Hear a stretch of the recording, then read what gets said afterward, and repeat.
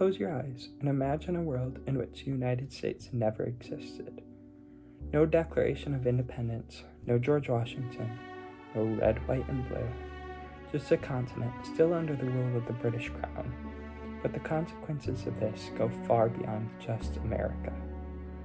Tonight, we're going to trace how the entire world, Africa, Europe, Asia, even South America, would look completely different if the American Revolution never happened. In this timeline, tensions between the 13 colonies and Britain are still very real. But instead of war, Britain grants the colonies limited representation and reforms taxation. No Boston Tea Party, and no Lexington and Concord. By 1780, the colonies remain British, grumbling but loyal. Without a revolution, the colonies begin expanding westward under British supervision. France never sells Louisiana to the United States because there is no United States. Instead, it sells the territory to Spain, creating a rivalry with Britain that will shape the 19th century. By 1820, the colonies from New England to the Gulf of Mexico are unified under the British North American Federation. With no U.S., there's no Texas Revolution, no Manifest Destiny. Mexico keeps California, Arizona, Texas, etc. The Oregon Territory, fully British. Washington and Oregon become part of a new British province called Columbia. The indigenous nations, like the Iroquois and Cherokee, retain more land throughout the British enforced treaties. No United States means no global superpower spreading its influence. So how does it change the rest of the world? In Europe, the French Revolution still happens, but it was later and less radical, since France never goes bankrupt helping the Americans. Germany gets to keep more territory after World War I because the treaties aren't so severe without the US backing them. Ireland stays part of the UK longer, but gains independence peacefully. In Africa, without US anti-colonial pressure, European empires hold on longer. But Britain modernizes its colonies into federations: British East Africa, British West Africa, and a united Sudan. Nigeria is divided into smaller, more stable ethnic states.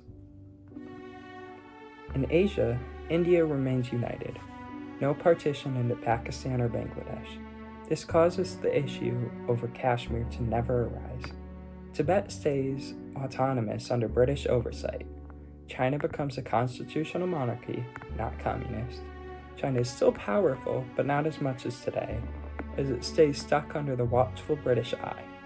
Because the US doesn't exist, Japan stays out of World War II and solely focuses on Asian expansion. Because of this, Korea is never split. Japan keeps it as a protectorate until independence.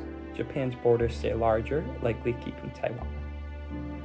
Because of the outcome of World War II is changed, the Cold War never emerges, meaning Afghanistan is never invaded, and neither is Vietnam.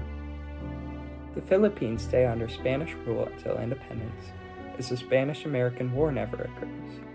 Australia and New Zealand stay closer aligned to the British and likely form a Pacific Confederation. South America isn't free from colonialism, but without the U.S. backing coups in the South America isn't free from colonialism, but without the U.S. backing coups in the Cold War, it's more stable. Brazil stays a monarchy, Argentina never falls into dictatorship, Cuba becomes democratic by the 1960s with British, not Soviet, influence. Because of its stronger influence, the UK gets to keep both Guyana and the Falklands. In the Pacific, Hawaii remains an independent kingdom without US intervention. So what does our world look like today in 2025? Firstly, and most obviously, there's no United States. A powerful British Commonwealth led by Britain, India, Canada, and the British North American Federation. No Cold War, no NATO, just a Commonwealth Security Pact. No Hollywood hegemony, The internet, culture, and diplomacy are all led by London, Toronto, and Delhi. In this world, borders are cleaner. Fewer wars are fought. The US flag is never flown. But the world might just be more united. Not necessarily better, just more united. History isn't always about what happened. Sometimes the most powerful lessons come from asking, what didn't? This has been Bedtime Geography and History. Sweet dreams.